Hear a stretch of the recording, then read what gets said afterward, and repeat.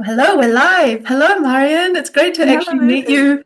Well, virtually, but to actually be speaking at the same time. It is. It's wonderful to Yeah, be on your podcast. Thank you for yeah. inviting me. Oh, it's such a pleasure. Thank you so much for agreeing to come here. So, guys, my friend Marion is an incredible woman. She is from Austria, but she's bilingual, so we're doing this in English.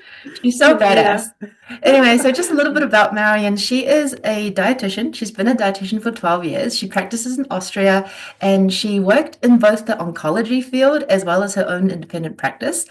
And one of the big reasons why I wanted to talk to Marion is because she also has a very personal story when it comes to healing her relationship with food, with body image, with chasing thinness, all of these juicy, juicy topics. But she's also healed from Hashimoto's as well as RED-S, where she lost her period for over 5 years. And so I'm so intrigued to hear about your entire story, Marion. And your expertise as well as your personal story, I think, make you such a powerful voice in this space because you've gone through it yourself as well and you've seen these challenges firsthand. So, Mm. to begin with, I would love to just start with your own story, with your own experience. So, growing up, how was that for you? Did you receive, any conditioning from your surroundings about being thin, being a particular shape, and then how you moved into doing dietetics from all of that? Yes. That goes back really, really a long time. Mhm. I thought about this just recently, really, where it all started and when it all began, really. Mhm. And I think that's also such an important thing to reflect on for everyone. Where does this come from? Where did it start? When did it start? And I think it started very early on for me because my mum was a tailor and she used to have lots of magazines lying around. And I basically grew up with an old Instagram version, really, of seeing very thin women wearing beautiful clothing, being all dressed up and be all very slim and very elegant. Mhm. And that shaped my perception of a female body shape very much, I would say, until now, Yeah. because it has been such an imprint for me from a very, very young age. And this has led me to believe, I'm not slim enough, and I've always been tall. I never really, I never really had a problem that I was always quite tall Mhm. comparatively to many other of my friends. Mhm. But I always felt, of course, like so many women do, I always felt not slim enough. Mhm. And that has led me to restricting my food, doing more exercise. That's where we connected on, Yeah. really, because I think that's the usual part where you go to, right? You Yeah. you start manipulating yourself. You start manipulating your body, your food intake, your exercise, and your energy expenditure. Yeah. And that's what you believe for a very long time will work. Yeah. And it works for quite a long time until it doesn't. Yeah. And that's when things fall apart. And then that's when your body is telling yourself, okay, this is not going to work. Yeah. Yeah. Yeah. Oh my gosh. So with that background, was that like the root of when you had the REDS S where you lost your period for 5 years? Was that a result of just always restricting food and over exercising?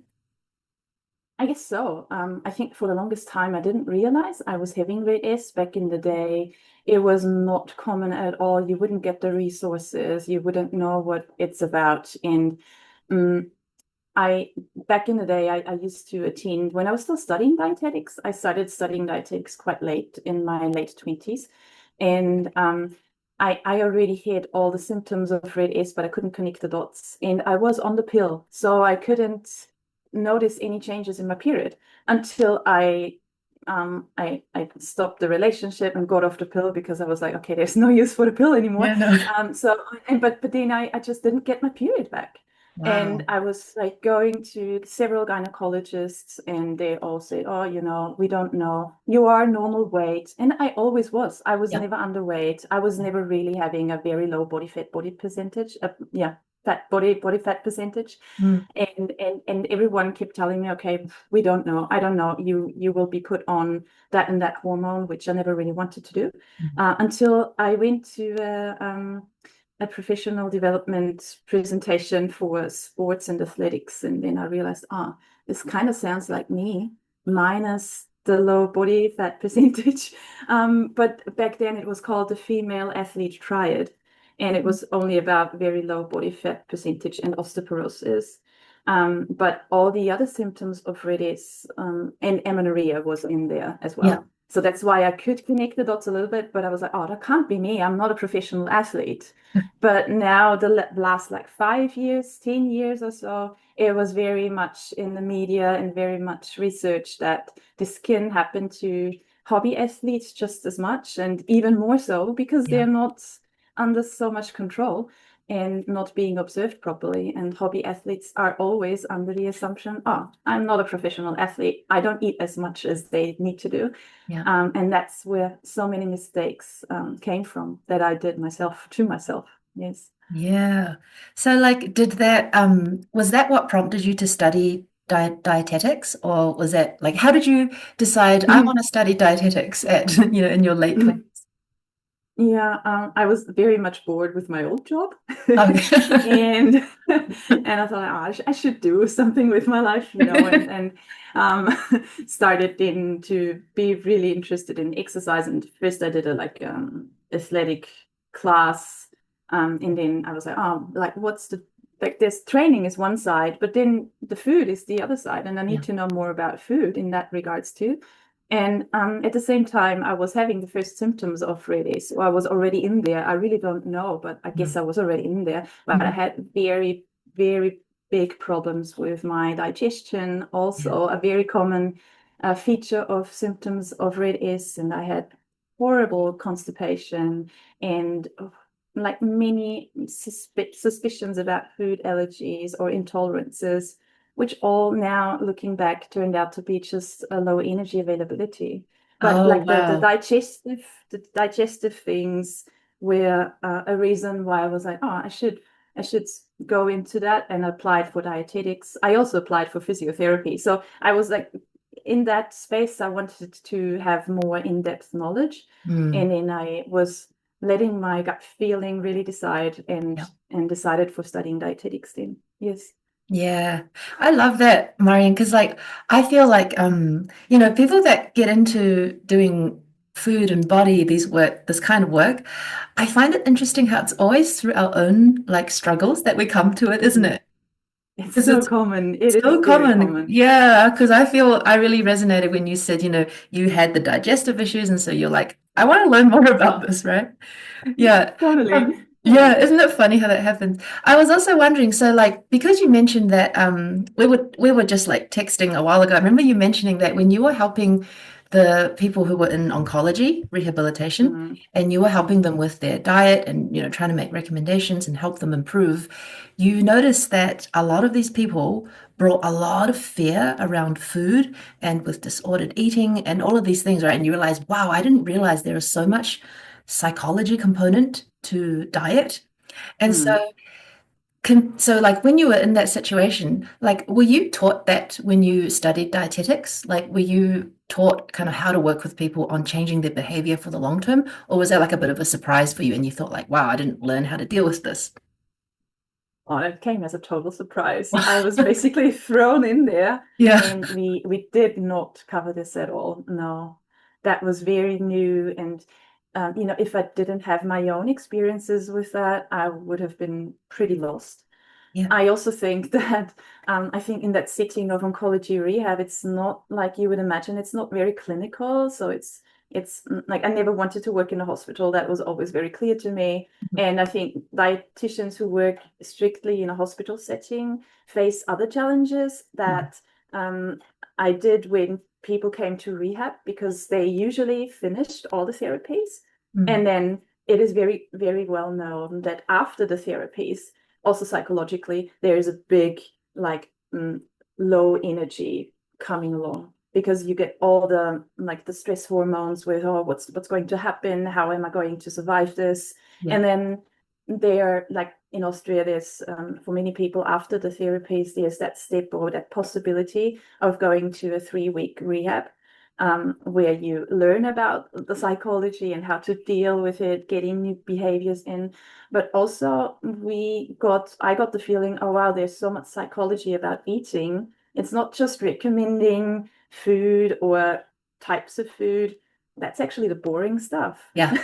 It's actually a lot more interesting how people see food and what they do with the food and how they treat eating and Mhm. how they see nourishment or Absolutely. not or not. Or not, right? Yeah, absolutely. I think the thing that I observe is I think most people like, because nowadays you can find information about nutrition so Mm, easily. It's not like yes, before you had to go and see someone and ask them what should I eat. Now you have the internet, right? You can figure it out. yes. But but the difficult thing is actually changing behavior, isn't it? Because that's not like just do this, just don't do that. If it were that easy, we wouldn't be struggling. And so, Yes, like, I so agree with you. This is yeah, such an important part, and it's not to be learned over the internet. yeah, you have to kind of experiment on yourself, right? You have to be willing to Mm, try like what actually works for me. And so, totally. yeah, so Marion, since that education was missing in dietetics, how did you then like become informed, and then how do you work with people now to help shift their habits and behaviors for the long term, not just telling them what to eat and what not to eat? Mm.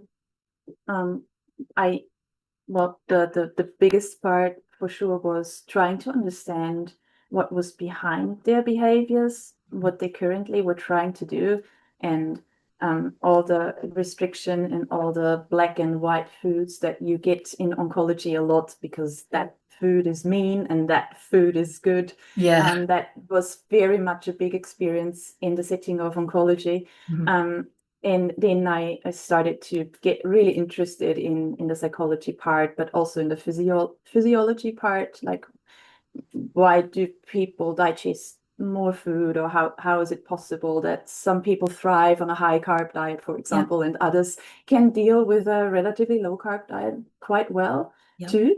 And what's the differences? And I stumbled upon during COVID time, I stumbled upon a Swiss-based course that combines the physiology, the psychology, and the food. And I was very intrigued and tried it out myself, of course, and was really learning a lot how everything is so connected. Yeah. And ever since that, I understand a lot better what the drivers can be and how also certain personality traits um, Ah. have like certain personality traits have certain like a pattern in a way, certain Oh, eating say patterns more about that. I'd sometimes. love to. Yeah. Yeah, I think it's also well known, like those type A personalities who want Uh-huh. to control everything, who want to like be in charge of their foods, of their training, of their numbers. In general, I Yeah. think Europe is very numbers driven as well. So Ah. those people tend to be very, very restrictive. Oftentimes, they also compensate more with exercise and don't compensate with food so much. Mm. Also about, I think you talk a lot about this, about their self-worth. Do Yeah. they see their Yeah. own successes and their Yeah. own values or not? Hmm. So Yeah. there's a hidden there as well. And there's a little questionnaire that I use to kind of get to know in advance what their patterns are and how they treat themselves. So I can in like if we meet then or if I meet my clients in person, I Mhm. can already go a little bit deeper, a lot faster with that. And Mm. that helps me a lot too. And how do you think people respond to it? Because, like you said, like in Europe or where you are, people are very like numbers based. And so Mhm. how do people respond to this slightly deeper approach of like, are you willing to see what's underneath why you're controlling so much? How is Mm. the like response there? It differs. It's Mm. quite interesting that a lot of people can can see it as an eye opener and Yeah. can really then change their perspective. Yep. And others aren't ready for that. They don't want to look too deep. They can't handle it. Maybe they also just don't have the energy for it. And to actually get them to have that mental energy, they first really need food Yeah. to Okay. get Yeah. that energy Yeah. back in the head and in the body so they can actually approach this. Yeah. A lot of people are just so undernourished or so stressed and so have such a big load, such a big allostatic load really on themselves Yeah. with multiple diseases and like family, this you have Yeah. three boys and like Yeah. There's always lots to do. Yeah. And then there's some dietitian coming along who is telling you not what to eat, but actually look underneath the surface. Yeah. That can be very overwhelming for a lot of people. Wow. So Yeah. it's quite different where they are at, and I think it's just very challenging for me to approach them on the level they can actually start with and then move on Yeah. and Yeah. then get forward with them. Yeah, Yeah. Meet people that's where the they're at. challenge. Yeah. Exactly. Thank You you got for to that meet. paraphrasing. Yeah, yeah. Well, that's interesting. So I'm really curious. Like, so when people come to you, what are they wanting? And then when you finish working with them, like what's the, what did they actually get, right? It's like that Trojan horse thing, like you bring this big horse in and people think like, oh yeah, I want to lose weight. That's the thing. But then actually, if they get something else, would you be able to explain a little bit of like what that looks like for you? Like, why are people coming to you? And then after working with you, like what are they actually leaving with? Mm, that's a very good question. I think, of course, most people are coming with the wish of losing weight. Mm, And I have that little bracket in my income form where they have to state their goal. mhm. And lots of people do write the weight loss, but also they write having more energy Yeah. or having less period pain or get my performance up in my favorite sports. Yeah. And when I see those things, they're often a bit contradictory or Ah, contradictive. uh-huh. And then I oftentimes have to explain them in the first meeting when we see each other personally. Losing weight is one thing, but like getting your performance up or like reducing your symptoms Mm. is a different part of your story. And Yeah. that's when they, at the first time, they seem a bit disappointed or they don't quite understand Mm, because so many people, and I'm sure this is true for you as well, so many people associate losing weight or being slimmer automatically with having more energy. Yeah, that's And not true. No. and that's exactly, and that's so Yeah. true. Yeah. But so many people believe this. Yeah. Yeah. And It's so it's true. it's like so crazy that and I know where it comes from because you see all these fit, lean, athletic people, they seem to have so much energy, and that's what Mm, we latch on, and this is mm, what gets carved into our brains. mm, But but it's just so interesting when you then see a person who wants to lose weight and wants to like cut the calories or like tell me what to eat and tell me what not to eat. That sort of mm. things that they expect, they get something completely different. Yeah. And that's when people are sometimes a bit overwhelmed. Yes. And they sometimes, hopefully, like I get people who stop working with me because it's like the only thing they care about is the number on the scales. Yeah. And Yeah. that's just very sad, Yeah. and it takes time, and people don't get Mm, it that it takes time to do this in a good way. But I also get lots of people who figure it out that eating less doesn't mean more energy on the hard way when they're on GLP-1s, so Ozempic and Co, and then they can't eat, and suddenly they feel horrible. And mm. suddenly they get it. They get it that, if I don't eat, I don't feel good. Yeah. And that's very interesting to see also with those new medications coming Mhm. more into also the practice and the people I work with, what Mm, it does with them and how it also then changes their perspective. mm. But that wasn't actually the answer to your question, was it? No, no, this is really interesting, Marion, because I haven't actually come across a lot of people who are on the drugs. I mean, I know people are using them, so I'd love to Yeah. hear if you've had experience working with people who are Mm, taking GLP-1s.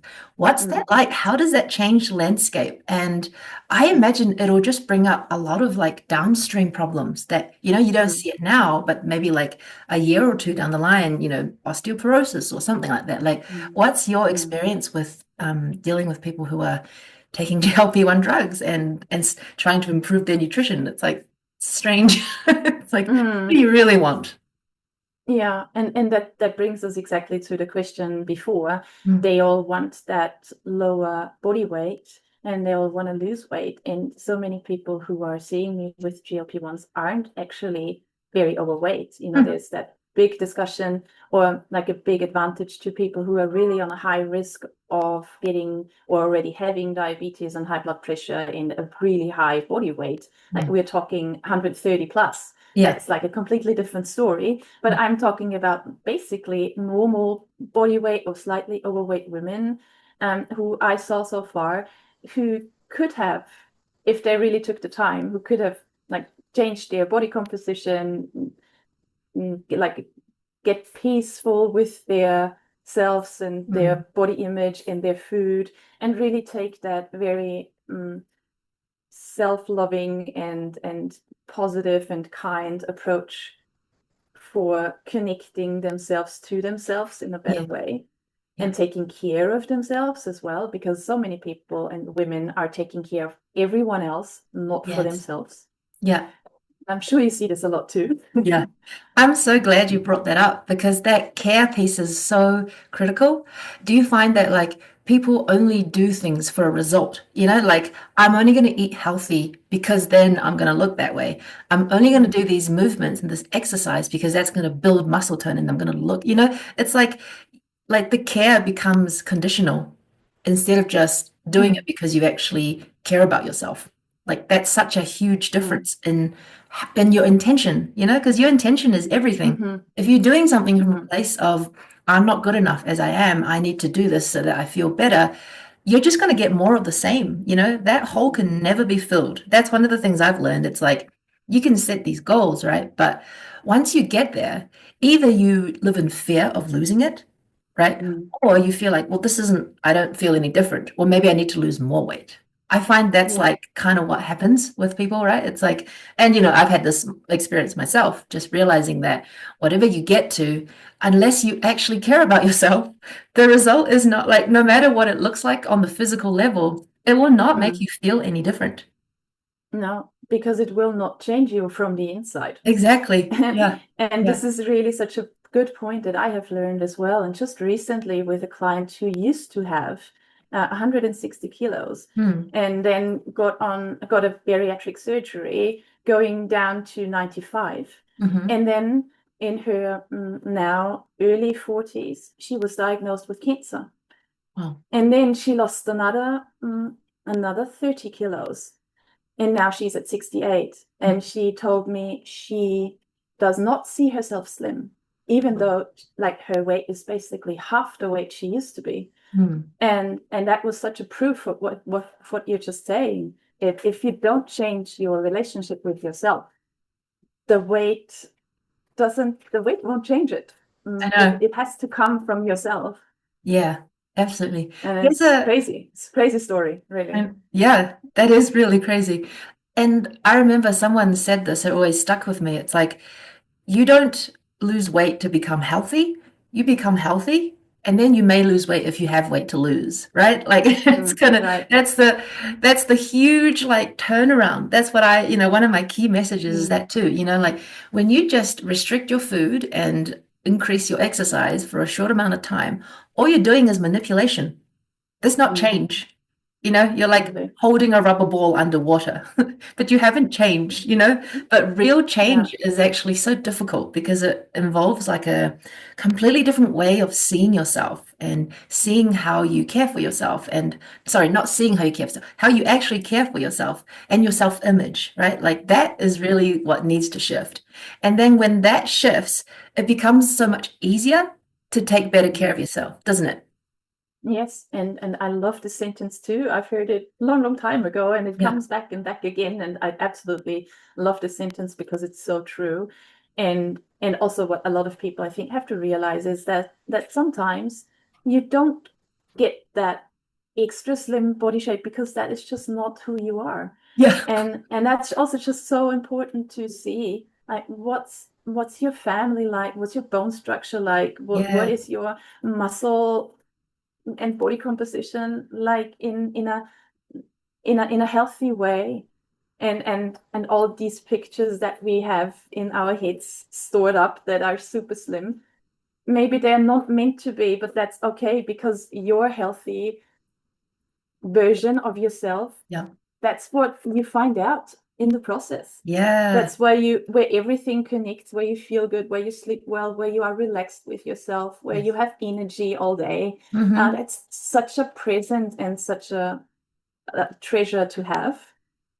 It should not be the other way around again, where you have some picture in your head where you are like bone skinny and you don't even know how miserable you actually feel at such a point, because it's not just who you're meant to be. Yeah. And this is also really important, I think, for people to think about. Absolutely. Yeah. I'm really glad you mentioned the health piece because, you also recovered from Hashimoto's, Mm, right? And like, so I'd love to hear a little bit about that story if you have time, because like that's the thing, right? A lot of these like chronic conditions, they're invisible, right? mm, People don't seem sick on the surface, but they're not doing well. They have no mm, energy, they can barely move. Like and I don't know what, sometimes people may look really thin while they're really mm. ill, and people think like, Yes, well, they must be, right? So that piece of health and appearance does not necessarily always match that false image we have in our minds, right? It's not even real. That's the thing, right? Like the models that you see, it's like airbrushed, and nowadays it's like probably AI. It's not even a real person, totally. right? So it's like actually it doesn't make sense to be chasing something that isn't even real. Yes, it's Yeah, so so if you true. have time, I'd love to hear a little bit more about your recovery journey with Hashimoto's and how that impacted your relationship with food and yourself, how you care for yourself, all of that. Mm. Yeah, I think I really part of that is of course also a genetic predisposition that I had, Hmm. but also part of it was that constant undereating and putting way too much stress on myself with exercise, but also I was working so many hours at the time, and my body just needed to say something to me to make me stop.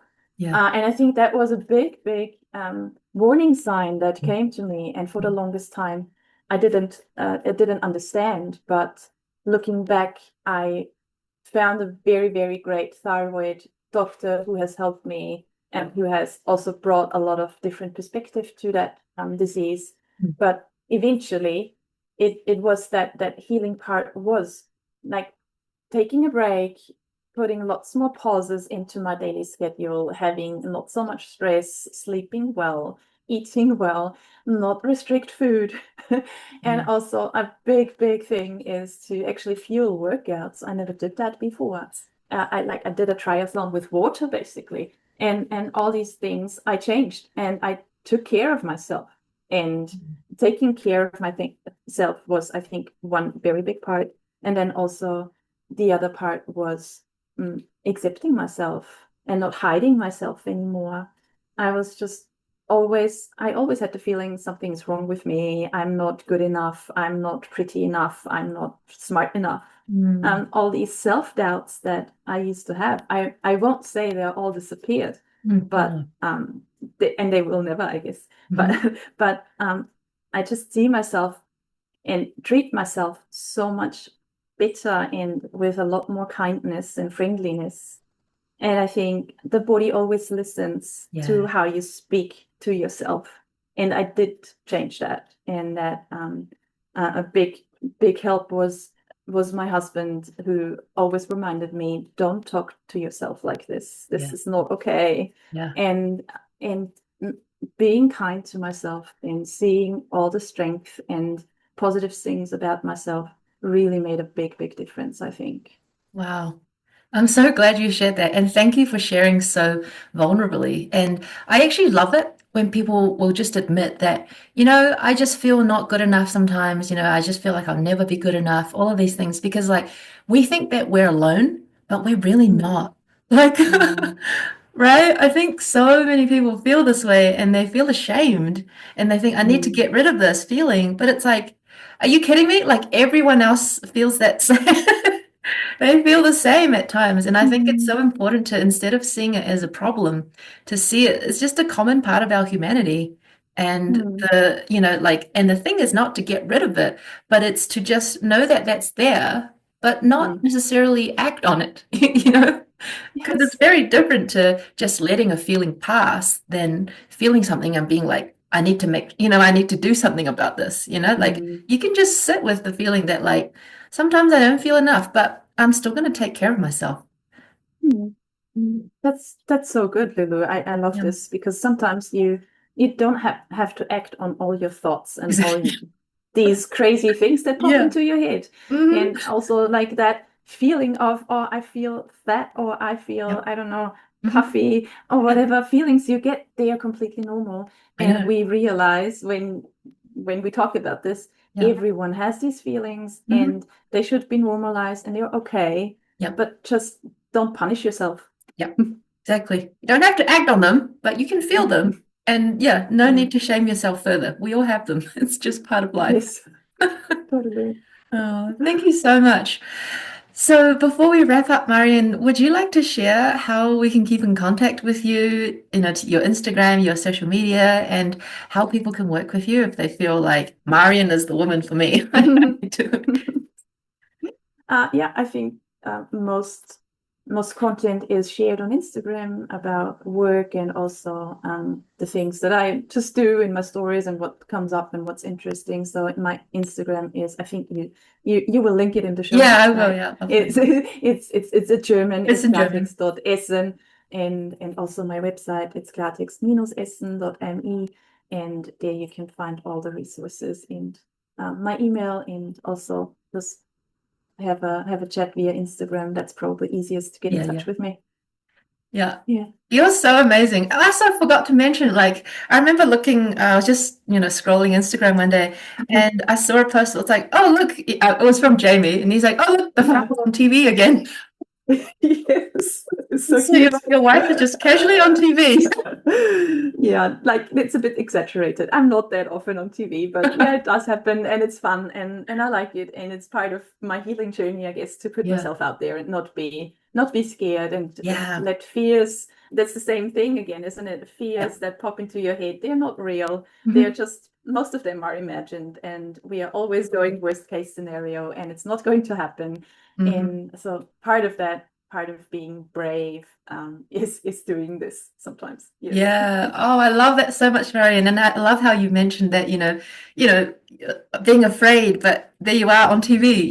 It's like not acting on those thoughts of like, I can never be good enough. It's like, it's all right. Here I am. I'm on TV. It's fun. You know? It will work out. Yeah. Yes. Uh, That's the spirit. yeah. Oh, you're really amazing, Marion. And I'm so glad we got to Thank you actually so speak much. today. So thank you again.